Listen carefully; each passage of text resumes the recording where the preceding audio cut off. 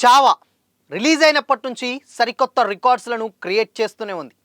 దాదాపు 1000 కోట్ల దిశగా పరిగెడుతున్నటువంటి ఈ సినిమా ఇప్పుడు మరో సరికొత్త రికార్డును క్రియేట్ చేసింది. అదేంటి తెలుసుకుందాం.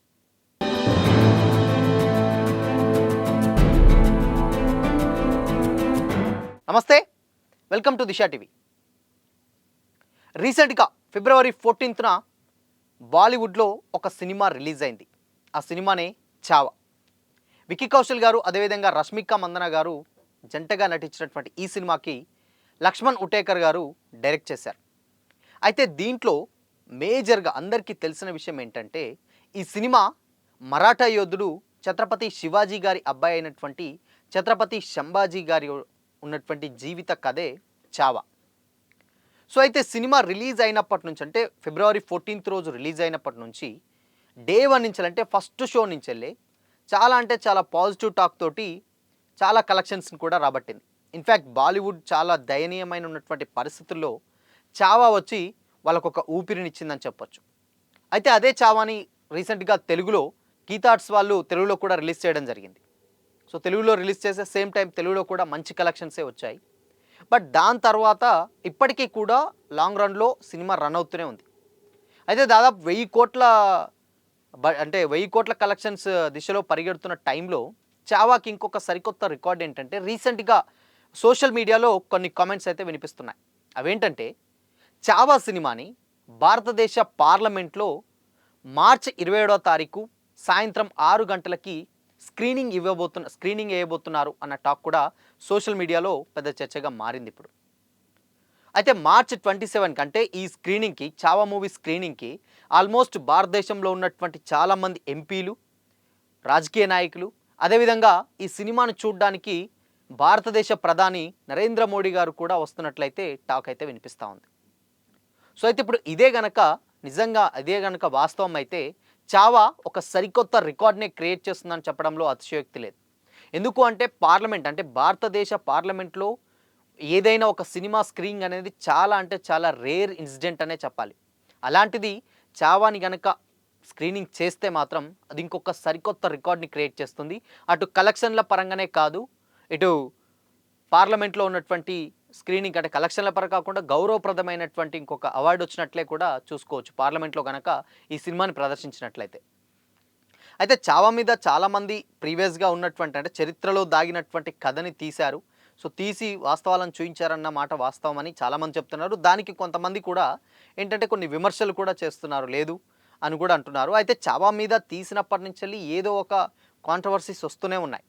ఎందుకు అనంటే, లాస్ట్ టైం అక్కడ చావా ఛత్రపతి సంభాజీ మహారాజ్ గారిని అక్కడ వెన్నుపోటు పొడిచినటువంటి ఇద్దరు ఒక జాతికి సంబంధించినట్టు వాళ్ళని గానోజీ కర్కోజీ అని అంటారు. వాళ్ళిద్దరిని కూడా చూయించి ఒక జాతిని అవమానించారని చెప్పేసి వాళ్ళు ఒక 100 కోట్ల పరువు నష్టం దావా వేశారు. అది వేరే విషయం. సో అయితే అక్కడి నుంచి వాళ్ళు డైరెక్టర్ క్లారిటీ ఇచ్చి ఏ మతానికి కానీ ఏ జాతిని కానీ కించపరచడానికి చేయలేదు, బట్ అక్కడ జరిగినటువంటి ఒక ఇన్సిడెంట్నే తీసుకున్నాం అని చెప్పేసి కూడా అప్పట్లో పెద్ద చర్చ జరిగింది. అదొక కాంట్రవర్సీ. దాని తర్వాత రీసెంట్గా ముంబైలో ఒక థియేటర్లో Chhaava cinema last క్లైమాక్సే major part చాలా ఎమోషనల్గా సాగుతుంది. ఆ టైంలో కొంతమంది ఉన్నటువంటి యువకులు ఎవరైతే ఉన్నారో వాళ్ళు సినిమాని హేళన చేస్తూ పక్కన ఉన్నటువంటి వాళ్ళ ఆడియన్స్ అందరూ కూడా ఏడుస్తుంటే వాళ్ళని చూసి నవ్వితే వాళ్ళందరినీ తీసుకొచ్చి కొట్టి ఛత్రపతి సంభాజీకి జై, ఛత్రపతి శివాజీకి జై అని కూడా కొన్ని నినాదాలు చేయించారు వాళ్ళతోటి. వాళ్ళు దేహశుద్ధి చేసి వాళ్ళని తీసుకొచ్చారు. సో ఇలా ప్రతి చోట ఎక్కడ చూసినా కానీ చావా చావా చావా అని వినిపించిన మాట వాస్తవం.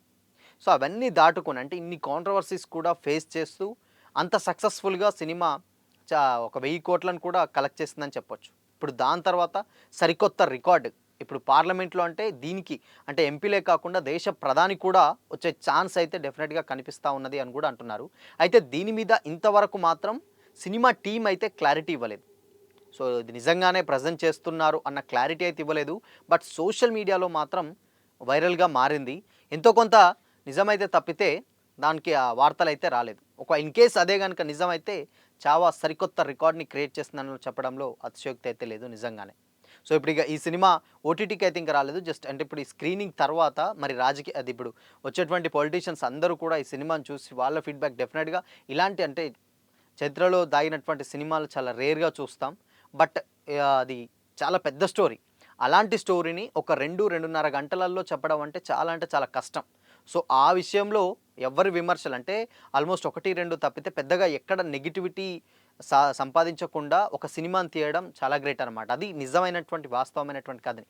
ఆ కథని డైరెక్టర్ లక్ష్మణ్ ఉటేకర్ గారు చాలా అంటే చాలా ఏకాగ్రతతోటి చాలా తీశాడు. సో, ఇప్పుడు గనుక ఇదే స్క్రీనింగ్ భారతదేశంలో పార్లమెంట్‌లో గనక నిజంగా స్క్రీనింగ్ ఏస్తారా లేదా అనేదైతే ఇంకా కొన్ని గంటల్లో అయితే క్లారిటీ ఉంటుంది.